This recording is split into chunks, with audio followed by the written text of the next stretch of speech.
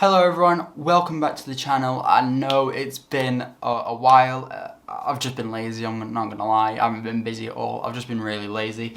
But I'm back. Thank you so much for all the support on the last video. It did so well, and if you saw that last one, thanks for coming back. Please subscribe because I'm gonna hopefully have some more content coming out soon. Hopefully there'll be some more short film type stuff and some more fighting stuff coming on. I promise I'm gonna be on it this time. Anyway, we're going to talk about the two big events over the past couple of weeks, which was the UFC 304 card and the Crawford versus Madrimov card. We're going to start with the UFC because I've been very excited ever since this UFC card. I've been very happy, and it's the furthest one back, so it just makes sense to go first. We're going to start with the reason I'm so happy after this card and so excited, and in my opinion, the most important fight on this card, and that is Tom Aspinall versus Curtis Blaydes. First things first, it is an absolute disgrace that he has had to defend an interim belt. And this has only been done to protect Jon Jones. That is the only reason. As much as Dana White and the UFC and UFC fans give boxing fans for fighters not fighting the best and fighters being protected, that is exactly what's happening with Jon Jones now, and that is not why we fell in love with the UFC. We fell in love with the UFC because the best fought the best, and that was the be-all and end-all. The champ was the best in his weight class, or her weight class. If you're the champion and there's an interim champion, your next fight is the interim champion. That's how the UFC works. But I completely respect Tom for this, because a lot of people would sit on their number one contender, or in his case, interim champion, and just wait for the big fight. He hasn't done that. He's took a risk in a fighter he has fought before. He has technically lost to, but it was through injury. He has took the bigger risk in this, and I completely respect that from him. So let's get into the fight. I mean, there wasn't much to get into. It's a great shot, but the thing for me for Tom with this knockout and the last one, when he won the interim belt, he takes risks. He knows that if I throw this shot and I miss, there's a very good chance I get hit. But he backs his chin to take the shot, which he has took quite a few good shots. He's been wobbled, I remember, in the Pavlovich fight, and he recovered very nicely. But he knows that if he lands and he backs himself to land, he knows you're getting hurt and you're probably going down. And he is a killer. He has that killer instinct in him to follow up his shot, follow up wobbling you, and get the job done. And that's why his entire UFC career is only 40 minutes. To put that in comparison, Jon Jones went 50 minutes with Anthony Smith and Dominic Reyes, 25 minutes each. And I think we can all agree that right now, and probably then as well, they are nowhere near the level of Tom Aspinall. Tom Aspinall is fighting people his size, his weight, very dangerous, elite level, and he's making it look effortless and easy. And that's why I love Tom Aspinall.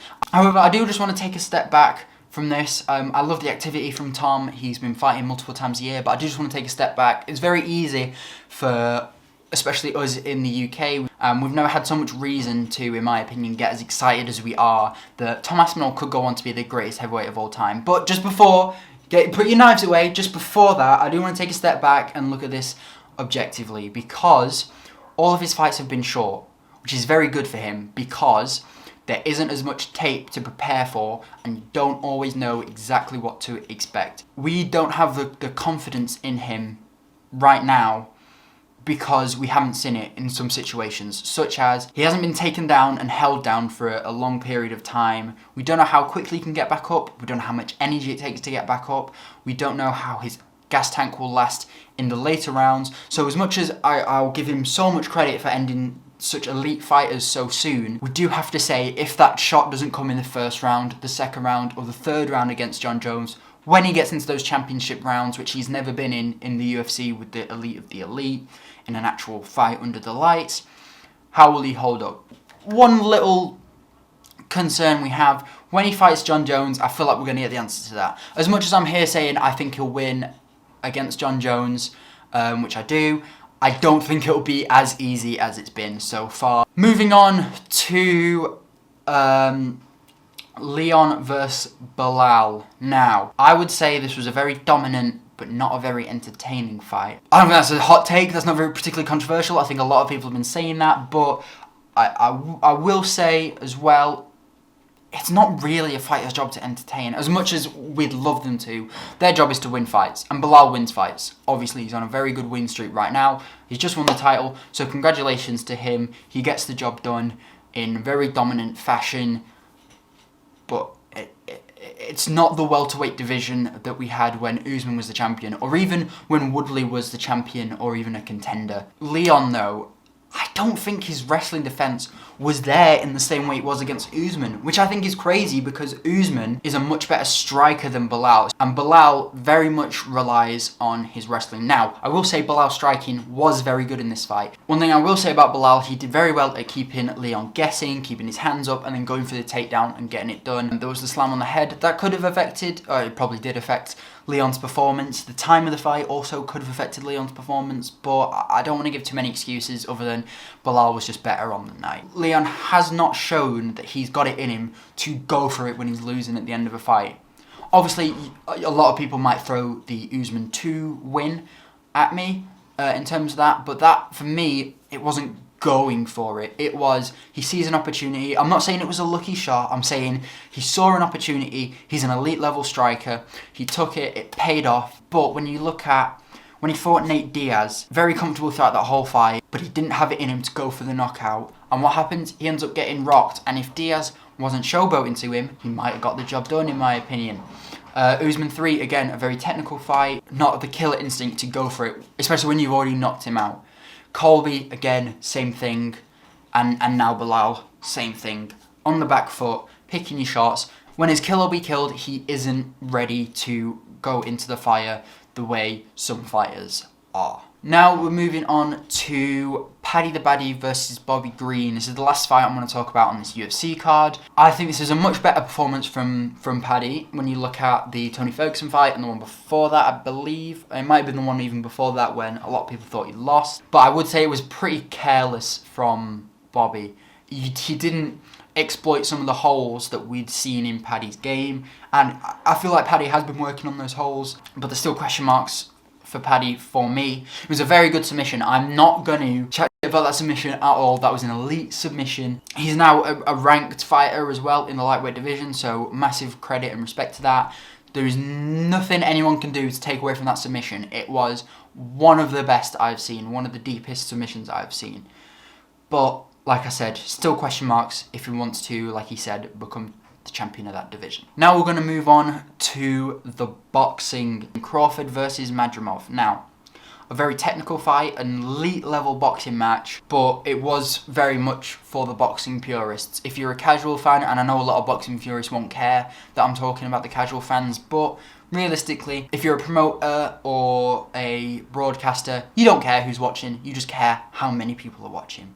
So for a casual fan, not as entertaining as some of the other Riyadh season cards in terms of the main event, especially a very high level boxing match. Talking about Crawford, I don't think he was as lethal as he was at the smaller weights, which obviously people that size aren't normally used to the power that he can produce, whereas the more weight you put on, the more resistance you have to harder shots. It kind of reminded me of Canelo against Bivol, except not quite the same because obviously Crawford won this fight.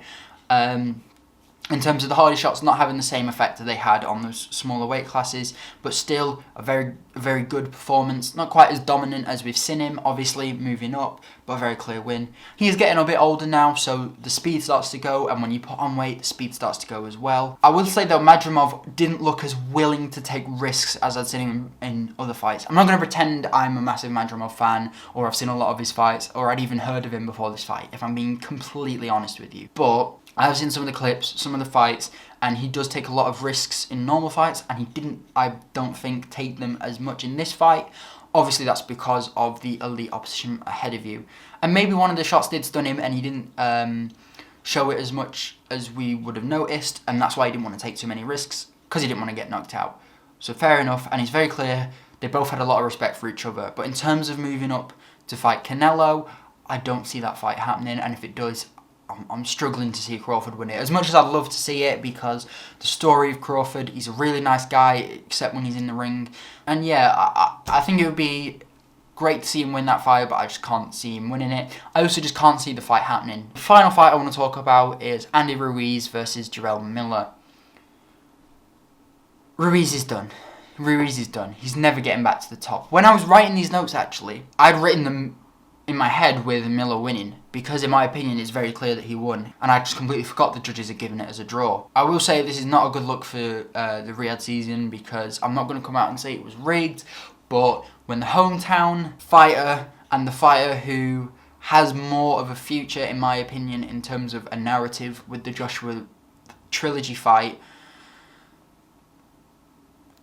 when it seems clearly like he's lost and he somehow gets a draw, it doesn't look good for the promotion. That's all I'm going to say. Ruiz, for me, is a classic. It's hard to go for runs when you're waking up in silk sheets. He doesn't seem like he's willing to put the work in. I'm sure he's made a lot of money for himself. He has become champion, and you wonder, is the hunger and the drive still there? And for me, it doesn't look that. As a promoter, you're not in any rush to fight him right now. He's not big enough name value to boost an opponent's career, and he's not elite level to get someone into that championship conversation. When you saw how Dubois looked against Big Baby Miller,